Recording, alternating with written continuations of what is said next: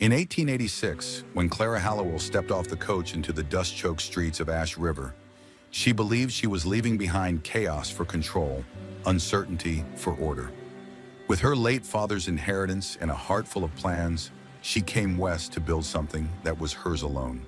Polished, prepared, and proud. Clara had no room for distractions, especially not the quiet, stable hand who didn't even bother to introduce himself. But in a town where appearances deceive and trust is the rarest currency, it wasn't the charming businessmen or well-dressed suitors who stood by her when the lies began to unravel. Sometimes it's the man you overlook who turns out to be the only one who never lets you fall. Before we begin, have you ever misjudged someone only to realize they were exactly who you needed all along? The first thing Clara Hallowell did upon arriving in Ash River was find the old storefront she had purchased sight unseen. It sat between a saddlery and a shuttered barbershop, its windows clouded with dust, its doors sagging slightly at the hinge. To most it looked tired, maybe even hopeless, but to Clara it was a blank canvas. She stood in front of it in her traveling coat and polished boots, holding the brass key between gloved fingers. A gust of wind stirred the dirt at her hem, and she frowned at the thought of what city folks back in Philadelphia would say. Then she straightened her spine, unlocked the door, and stepped inside. The shop smelled like old wood, paper, and stale tobacco. Light filtered through cracked glass and illuminated shelves that begged for polish and purpose. Clara removed her gloves and set to work. By sundown, she had swept the floor, opened the shutters, and made a list of every improvement the space needed, and it was a long list. She was still frowning at the warped counter when she heard the tap of boots on the wooden boardwalk outside. A man appeared in the doorway, tall and lean, wearing a weathered coat and a brimmed hat pulled low. He said nothing, just looked at the doorframe, then down at the warped threshold. "Can I help you?" Clara asked, brushing dust from her skirt. He didn't answer. Instead, he stepped forward, bent down and ran his hand along the edge of the threshold where daylight leaked in. Then he stood and tipped his hat slightly. "I can fix that," he said. His voice was quiet, scratchy with disuse. Clara blinked. "I beg your pardon." He didn't repeat himself, just turned and walked away. The next morning, when Clara returned to the shop from her room at the boarding house, the threshold had been repaired. The door no longer dragged when she opened it. A note rested atop the counter. Wood was rotten. Replaced it. No charge. E.B. Clara frowned. It was oddly forward, inappropriate even, but the work was good. Seamless, in fact. She kept the note, but told herself it was only because it might be useful to know who in town handled repairs. Later that week, the town's more prominent women began to pay her visits. They came in pairs or trios, their skirts rustling, their voices lilting with politeness and judgment. Mrs. Allen, whose husband ran the bank, insisted Clara must host a tea once her shop was properly set up. "You'll want to invite Mr. Whitford," she said, smoothing her gloves. "He's involved in local development, always looking for investors." Clara smiled graciously, but her eyes flicked to the warped shelf behind the counter, where dust had collected again. Her guest didn't notice. "I'll keep that in mind," Clara said. That night, the shelf had been sanded smooth, the dust wiped away, a new bracket added beneath to steady its lean. No one had entered. No one had knocked. But a faint scent of pine shavings and saddle oil hung in the air. Clara began to notice other things. A creaky window suddenly swung cleanly in its frame. The door latch stopped sticking. The rickety stool behind the counter no longer wobbled. Each improvement subtle, quiet, anonymous. It wasn't until she passed the livery one afternoon that she saw him again. Elias Boone, the stable hand. He was brushing down a mare, his hands moving with quiet rhythm. He didn't glance her way, didn't wave or nod, just kept working. "Doesn't talk much, that one," Mrs. Harrison had said. "Came here years ago, keeps to himself. But if you want something fixed right, you go to Elias."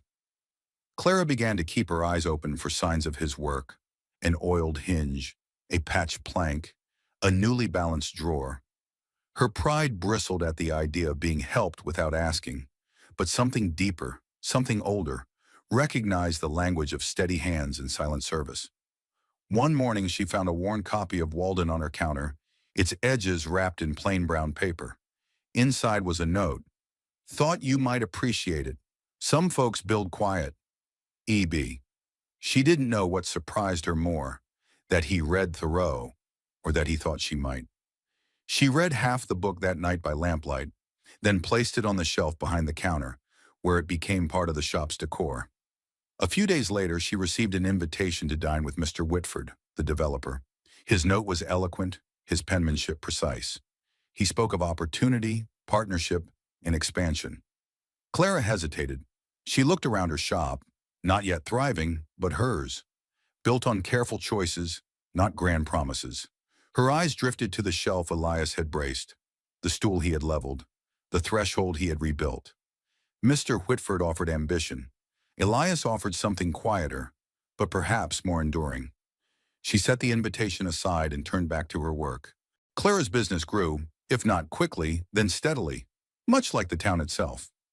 Ash River was not a place that rewarded haste. The people here didn't rush trust or throw around praise. They watched. They waited. They remembered. And so did Clara. Her customers began to trickle in. School teachers needing practical bonnets, ranch wives in search of sturdy sun hats, and the occasional young bride blushing at her first real purchase. Clara greeted each one with the grace her mother had taught her and the quiet confidence she had earned with every repair and late-night accounting session. Still, something in the shop felt unspoken, not unfinished, just waiting. The same way Elias Boone hovered at the edges of her days. She saw him more often now. At the livery, of course, but also in the early mornings when he moved down the street with purpose, toolbox in hand. Sometimes he'd pause near her window, just briefly, as if checking the hinges with a glance. Other times she found him speaking softly to the school children gathered near the bakery, mending a wooden hoop or showing them how to fix a leather strap. Always quiet, always watching, always moving. One crisp morning, Clara arrived early to find the back alley of her shop swept clean. A new hook had been fastened beside the back door, perfectly placed for her basket. Beneath it, a small tin canister of strong coffee rested on the steps. No note this time, but no note was needed. She stood there, the early light brushing across her shoulders, and wondered how she'd come to look for signs of Elias as part of her morning routine. She told herself it was simple practicality. He fixed things. But her fingers lingered on the rim of the coffee tin longer than they needed to. That afternoon, a storm rolled over the valley, sudden and sharp. The clouds boiled low over the rooftops, and thunder cracked like a pistol shot. Clara moved quickly, securing the windows and pulling in her hat displays. Then just as she reached to latch the front door, Elias appeared, soaked to the bone, a coil of rope slung over his shoulder. "You've got a loose shutter," he said. Clara stared at him, rainwater dripping from his coat, steam rising off his shoulders in the warmth of her shop. "I saw it yesterday," he added, as if that explained why he'd walked through a storm to fix it. She stepped aside without speaking. He brushed past her with the smell of rain and cedar, climbing the stairs at the side of the building and disappearing into the downpour. An hour later, the storm passed. Clara opened the door to find the shutter secured, the rope coiled neatly beside her threshold. No sign of him, save for the faint trail of muddy footprints that faded into the street. She followed them with her eyes and found him halfway down the boardwalk, brushing down a horse under the livery's overhang. For the first time, she called out, "Elias!" He looked up, surprised. She walked toward him, careful not to let her voice betray the strange heat rising in her chest. "You could have waited until morning." "I don't wait well," he said simply. "I noticed." They stood in silence, the kind that wasn't uncomfortable, just full. A silence that asked more questions than it answered. "You don't say much," Clara said, folding her arms. He met her gaze. "I say what matters." She tilted her head. "And what matters right now?" Elias looked past her, toward her shop. The roof, the shutters, the space he had watched her build from scratch. "You do," he said. The air changed. Clara, who had once prided herself on being unreadable, felt suddenly seen, so clearly that it unsettled her. This man who hadn't spoken 10 full sentences to her in 2 months had just said the one thing no one else had managed. He didn't mean it like a grand declaration. There was no romance in his tone, only truth. She opened her mouth to reply, but found her voice had gone quiet. Instead, she nodded. A small thing, but it felt like the beginning of something large. That evening, she found herself writing in her journal with more care than usual. The storm, the shudder, the conversation, it all went down in ink. But when she reached the part about what he'd said, she paused. She didn't write it. Some things, she decided, weren't meant to be recorded. They were meant to be remembered. Outside, the wind had died. Ash River had settled for the night. And somewhere nearby, Elias Boone slept, probably with the same calm breath that had guided every board he repaired, every shutter he secured, every word he chose not to say. Clara closed her book, placed it carefully on her nightstand, and turned down the lamp. For the first time since arriving, she fell asleep not thinking of how to survive in Ash River, but wondering what it might mean to belong. By late October, Clara's shop had become a fixture in Ash River. The faded curtains were replaced with crisp linen. The bell above the door chimed with confidence, and the sign, once overlooked, now drew glances from passing wagons. Word had spread that her hats didn't just fit well, they carried pride, detail, and purpose.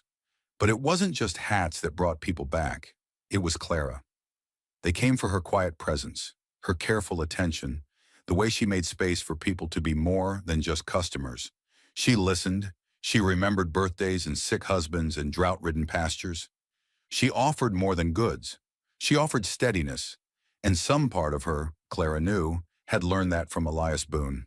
They saw each other more now, though rarely spoke. He would appear without announcement, early mornings, late evenings, between deliveries or on Sundays when town was quiet. Once she looked up from her ledger to find him sanding the front step, muttering about splinters. Another time, he left a repaired stool beside her work table without explanation. It had belonged to her mother, broken in the move west. She hadn't even realized it could be fixed. His silences had stopped unnerving her. Now they filled the air like punctuation, meaningful, intentional, grounding. One evening, Clara stood outside the shop just after closing. The sunset cast gold across the rooftops, and the mountains burned copper at their edges. She heard his footsteps before she saw him. "You should lock the door first," Elias said. "I was admiring the view," she replied. He nodded. "It's better from the ridge. I go sometimes." End of Mill Road. Clara hesitated. "You mean, you'd take me?" It wasn't a flirtation, and it wasn't a date. It was something quieter, something simpler, a gesture of trust, an offer to share space.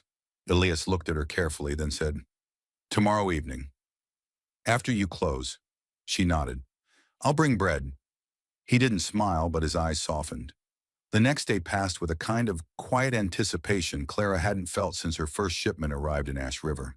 She finished her orders early, swept the floor twice, and packed a small satchel with biscuits, cheese, and a jar of preserved cherries. Elias met her outside at dusk, saddling a second horse he'd brought from the livery. He helped her mount without comment, though his hand lingered just a moment longer than necessary on her gloved fingers. They rode in silence. Not the awkward kind, but the kind that feels like breathing. The trail led past the edge of town, through tall grass and a copse of wind-bent pines. The sun dipped low behind them, and the ridge came into view, a high slope overlooking the entire valley. Ash River stretched beneath them, its buildings tiny, its lights flickering like stars. Clara dismounted and stood beside him, pulling her shawl tighter against the wind. "You were right," she said. "It is better from here." He said nothing, just handed her a canteen and sat on the log he must have placed here before. It was smoothed at the edges, the work of his hand. "Did you used to ride out here alone?" she asked. Elias nodded. "After the war, after everything. Needed quiet." She looked at him then, really looked. The strong profile, the calloused hands, the quiet in his chest. "Do you ever think of leaving?" she asked. He stared out over the valley for a long moment. "I came west to disappear," he said, "but I stayed because it turns out I'd rather build something than run from it." Clara felt the words settle inside her like stones gently laid into place. "You've built a lot," she said. His eyes flicked to her. "So have you." She smiled, but it faded quickly. "There are days I still feel like I'm just pretending to belong." "You don't have to pretend with me," he said. And there it was. just like him. No declaration, no grand statement, just truth. She looked away, blinking hard. I used to think love had to come with fanfare, she said. Letters, flowers, poetry. In Boston, that's what they taught us, what we were meant to wait for. He didn't speak, but after a moment he pulled something from his coat pocket. It was a tiny carving, delicate, exact. A sparrow, wings tucked, perched on a branch. I found the wood behind your shop, he said. Felt like it belonged to you. Clara took it in her hand. The detail was extraordinary. Every feather, every curve of its small beak. It felt alive. You made this? He shrugged. Sometimes when the nights are long. She held it to her chest. I don't want letters or poems, she said. I want this. I want the man who knows how to see the shape of something hidden in a block of wood, who fixes shutters before I know they're broken, who sits beside me and makes silence feel like safety. He looked at her, not surprised, not shaken, just steady. And then, for the first time, Elias Boone smiled. It wasn't wide, it wasn't bright, but it was real, and it changed the lines of his face into something unforgettable. They sat on the ridge until the stars came out, not as strangers, not as townsfolk, but as two people slowly carving out the shape of something lasting. The next week it started with whispers. Mrs. Dalrymple mentioned a peculiar closeness between Clara and the stable hand while adjusting her hat ribbons. Mr. Finch at the Mercantile was overheard saying Elias Boone seemed to have gotten ideas above his station, and a visiting banker from Bozeman, having failed to convince Clara to sell a portion of her business, muttered something about soft hearts making poor business partners. Clara heard none of it firsthand, but the shift was unmistakable. Fewer smiles from the ladies at Sunday service. Conversations that paused when she passed. A polite but pointed comment from the dressmaker about certain associations. Ash River had welcomed her refinement, her ambition, even her independence, so long as it remained within acceptable lanes. A woman with her own shop? Admirable. A woman who might choose a man without pedigree? Unsettling.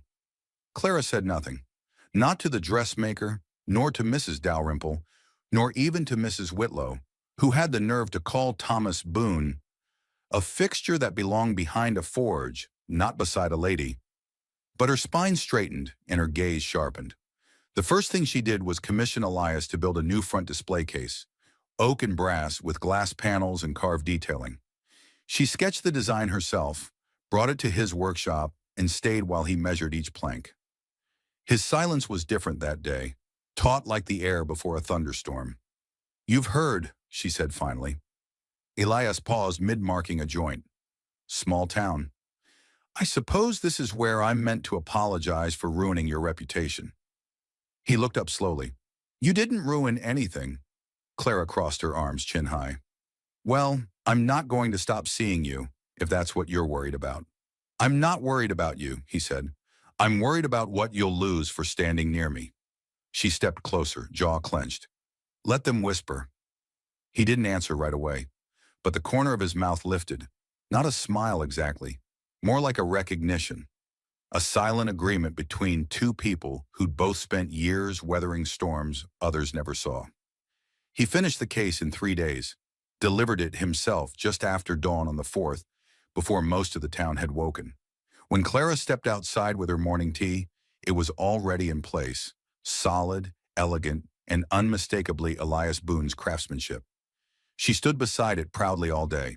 By the weekend, the gossip had cooled, or at least retreated beneath the surface.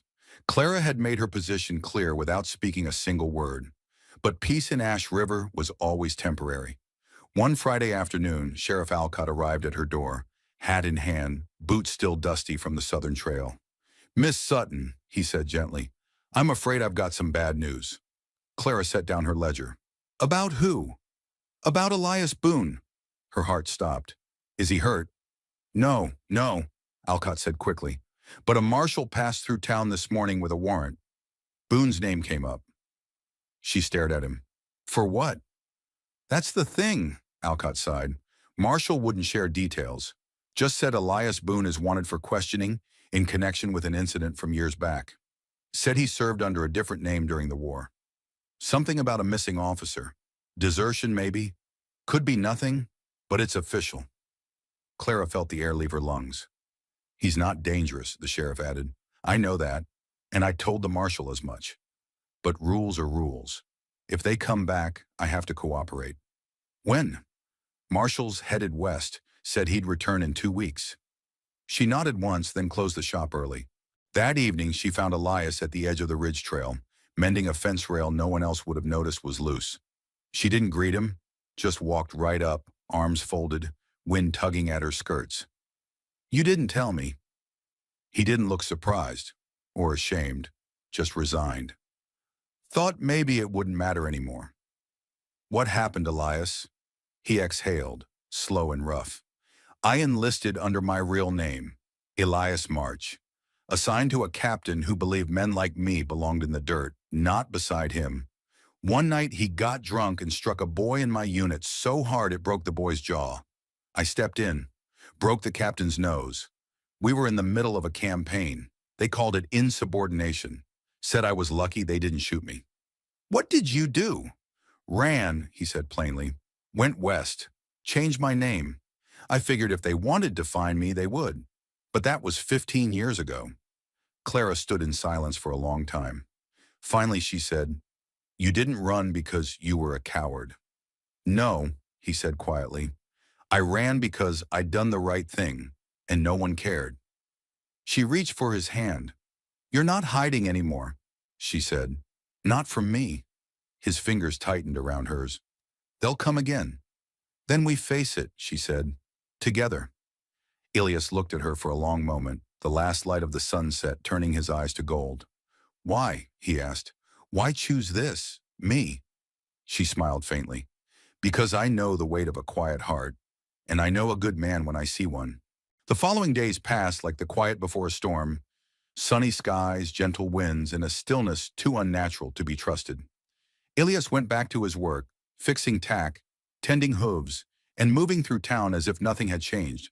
But Clara saw the way his eyes followed every out-of-town rider too long, how he lingered at his forge until well after sundown, the firelight outlining his silhouette against the walls of the stable like a man waiting to be judged. He didn't speak of the warrant again, neither did she. But something unspoken settled between them, something weightier than silence and far deeper than fear. Clara's business continued, though the edge in her voice grew sharper with each whispered comment that followed her through the mercantile. The polite society that had once embraced her now regarded her with wary curiosity. Even Mrs. Whitlow had taken to clutching her pearls a little tighter whenever Elias passed too close on the boardwalk.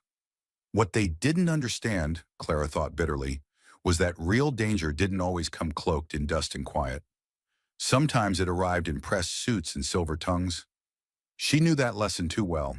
The last time she'd placed her faith in appearance over substance, she'd nearly lost everything, including herself. She wouldn't make that mistake again. On the 5th morning after Sheriff Alcott's visit, Clara was helping Mrs. Carson's daughter pick out a new hat when a rider appeared at the edge of town.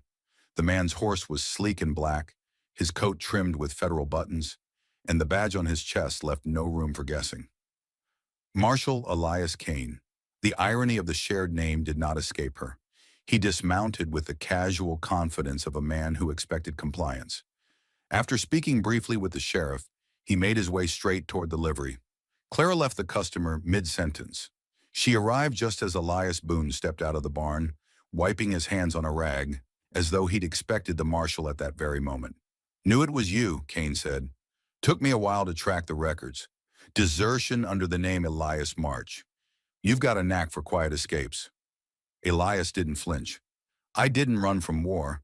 I ran from injustice. Kane raised a brow. And that's for the court to decide now. You'll have to take him through me, Clara said, stepping between them before she had time to consider the consequences. The marshal's expression flickered, not with surprise, but with amusement. Miss Sutton, your reputation precedes you. I'm sure it does, she replied coolly. And yet here I stand. You realize interfering with a federal marshal is a crime. So is punishing a man for defending another. Kane looked at Elias, then back to her. He's not under arrest, not yet. The warrant is for questioning. If he clears it, he walks free. But he's got to answer for what's on the record. Clara felt Elias's hand touch her back gently. It's all right. No, she said, voice low. It's not. I'll go, he said simply, because I'm tired of hiding from something I didn't do wrong. Kane nodded. We leave at first light.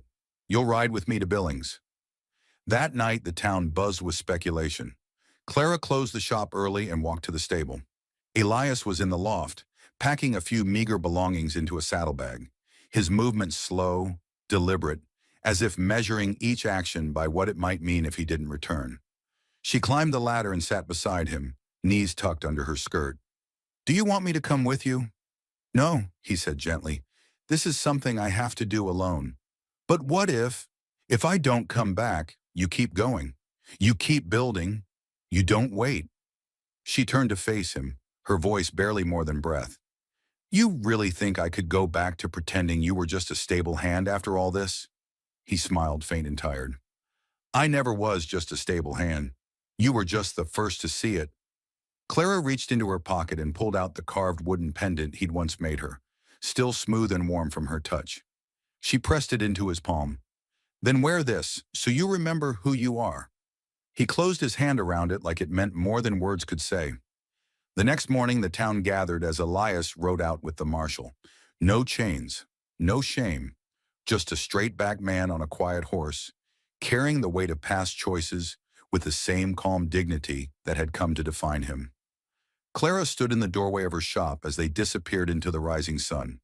She didn't cry, she didn't plead, but as the last of the dust settled and Ash River resumed its breathless stillness, she whispered 3 words only the wind could carry. Come home safe. Winter's edge had begun to soften into the pale promise of spring when Elias Boone returned to Ash River. He rode in just past noon, alone but upright, the dust of 200 miles settling into the creases of his coat. The townsfolk watched from behind lace curtains and storefront windows, their eyes wide not with fear, but with the hush of witnessing something hard-earned. The charges had been dropped. The testimony of an old surgeon, unearthed through a letter Elias had never expected to be read, had cleared his name. The boy he'd defended all those years ago, now a man with children of his own, had written in to speak truth. It hadn't taken long after that, just long enough to be reminded how few men would carry another's pain when it gained them nothing. Elias dismounted at the livery, tied his horse like he'd never left, and walked the familiar steps toward Main Street. His boots echoed against the boardwalk with quiet purpose. He found Clara where he'd known she'd be, at her work table, needle between fingers, sunlight filtering through the window to catch on the edge of her dark hair. The bell above the shop door gave a soft jingle, but she didn't look up. You're late, she said, as if he'd stepped out for a cup of coffee and not vanished for 3 long months. Traffic was hell, Elias replied, voice dry as Montana dust. She turned to him then, eyes taking him in all at once and in pieces.